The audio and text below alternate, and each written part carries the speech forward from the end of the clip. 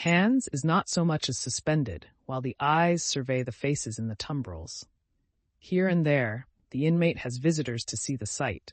Then he points his finger, with something of the complacency of a curator or authorized exponent, to this cart and to this, and seems to tell who sat here yesterday and who there the day before.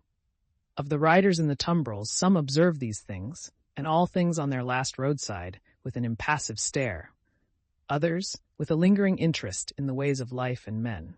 Some, seated with drooping heads, are sunk in silent despair. Again, there are some so heedful of their looks that they cast upon the multitude such glances as they have seen in theaters and in pictures. Several close their eyes and think or try to get their straying thoughts together. Only one, and he, a miserable creature, of a crazed aspect, is so shattered and made drunk by horror that he sings and tries to dance. Not one of the whole number appeals by look or gesture to the pity of the people. There is a guard of sundry horsemen riding abreast of the tumbrils, and faces are often turned up to some of them, and they are asked some question. It would seem to be always the same question, for it is always followed by a press of people towards the third cart. The horsemen abreast of that cart frequently point out one man in it with their swords. The leading curiosity is to know which is he. He stands at the back of the tumbril with his head bent down to converse with a mere girl who sits on the side of the cart and holds his hand. He has no curiosity or care for the scene about him, and always speaks to the girl. Here and there in the long street of St. Honor, cries are raised against him. If they move him at all, it is only to a quiet smile, as he shakes his hair a little more loosely about his face. He cannot easily touch his face, his arms being bound. On the steps of a church, awaiting the coming up of the tumbrils, stands the spy and prison sheep. He looks into the first of them. Not there. He looks into the second. Not there. He already asks himself, has he sacrificed me, when his face clears as he looks into the third. Which is Evrémonde? Says a man behind him. That, at the back there. With his hand in the girl's? Yes. The man cries, down Evrémonde! To the guillotine all aristocrats! Down Evrémonde! Hush, hush! The spy entreats him timidly.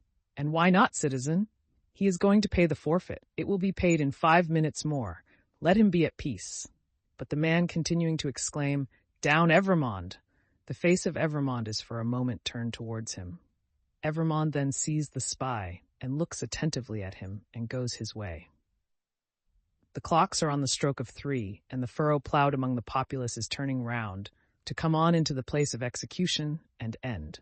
The ridges thrown to this side and to that now crumble in and close behind the last plow as it passes on, for all are following to the guillotine. In front of it, seated in chairs, as in a garden of public diversion, are a number of women, busily knitting. On one of the foremost chairs stands the Vengeance, looking about for her friend. Thérèse! She cries in her shrill tones. Who has seen her? Thérèse Defarge. She never missed before, says a knitting woman of the sisterhood. No, nor will she miss now, cries the Vengeance petulantly. Thérèse. Louder, the woman recommends. Louder, Vengeance, much louder, and still she will scarcely hear thee. Louder yet, Vengeance, with a little oath or so added, and yet it will hardly bring her. Send other women up and down to seek her, lingering somewhere. And yet, although the messengers have done dread deeds, it is questionable whether of their own wills they will go far enough to find her. Bad fortune, cries the Vengeance, stamping her foot in the chair. And here are the tumbrils, and Evrémonde will be dispatched in a wink, and she not here. See her knitting in my hand, and her empty chair ready for her. I cry with vexation and disappointment. As the Vengeance descends from her elevation to do it, the tumbrils begin to discharge their loads. The ministers of Saint Guillotine are robed and ready. Crash! A head is held up, and the knitting women who scarcely lifted their eyes to look at it a moment ago, when it could think and speak, count 1. The second tumbril empties and moves on. The third comes up. Crash! And the knitting women, never faltering or pausing in their work, count 2. The supposed Evrémonde descends, and the seamstress is lifted out next after him. He has not relinquished her patient hand in getting out, but still holds it as he promised. He gently places her with her back to the crashing engine that constantly whirs up and falls, and she looks into his face and thanks him. But for you, dear stranger, I should not be so composed, for I am naturally a poor little thing, faint of heart. Nor should I have been able to raise my thoughts to him who was put to death, that we might have hope and comfort here today. I think you were sent to me by heaven. Or you to me, says Sidney Carton. Keep your eyes upon me, dear child, and mind no other object. I mind nothing while I hold your hand. I shall mind nothing when I let it go, if they are rapid. They will be rapid.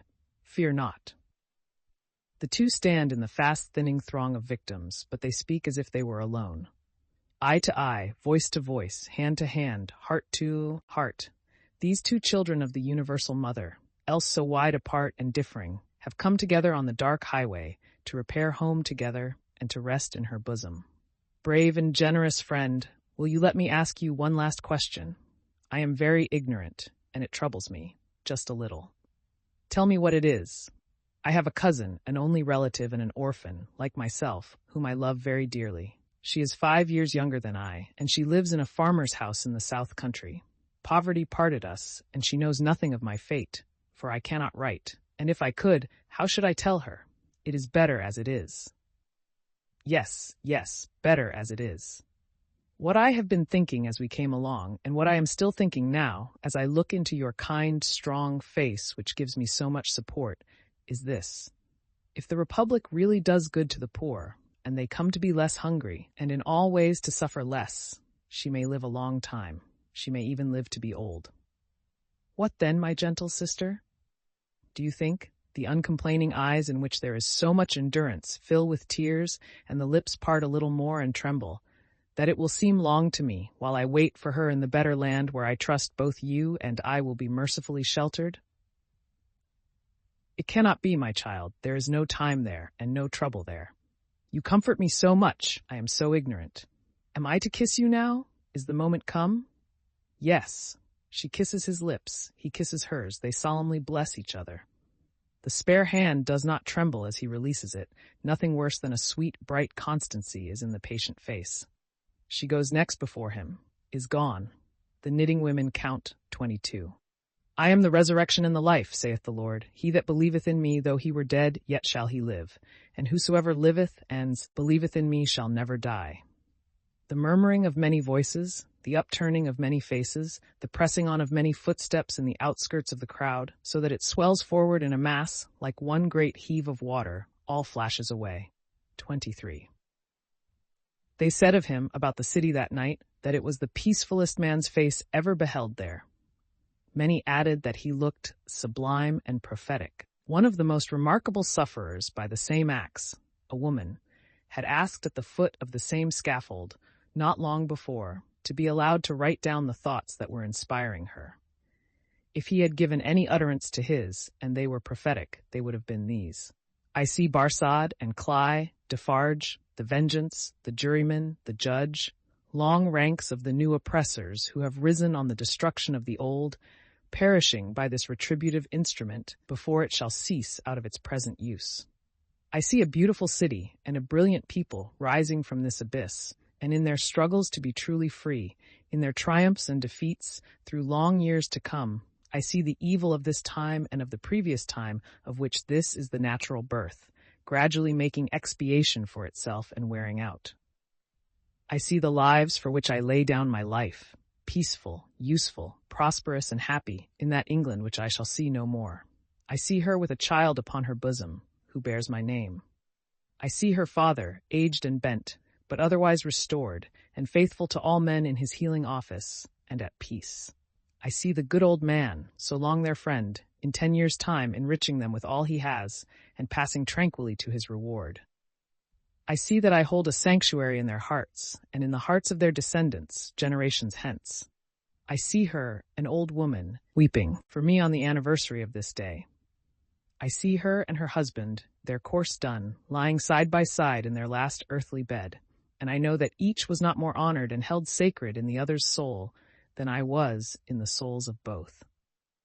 I see that child who lay upon her bosom and who bore my name, a man winning his way up in that path of life which once was mine. I see him winning it so well that my name is made illustrious there by the light of his.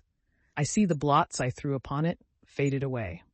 I see him, foremost of just judges and honored men, bringing a boy of my name, with a forehead that I know and golden hair, to this place, then fair to look upon, with not a trace of this day's disfigurement. And I hear him tell the child my story, with a tender and a faltering voice. It is a far, far better thing that I do than I have ever done.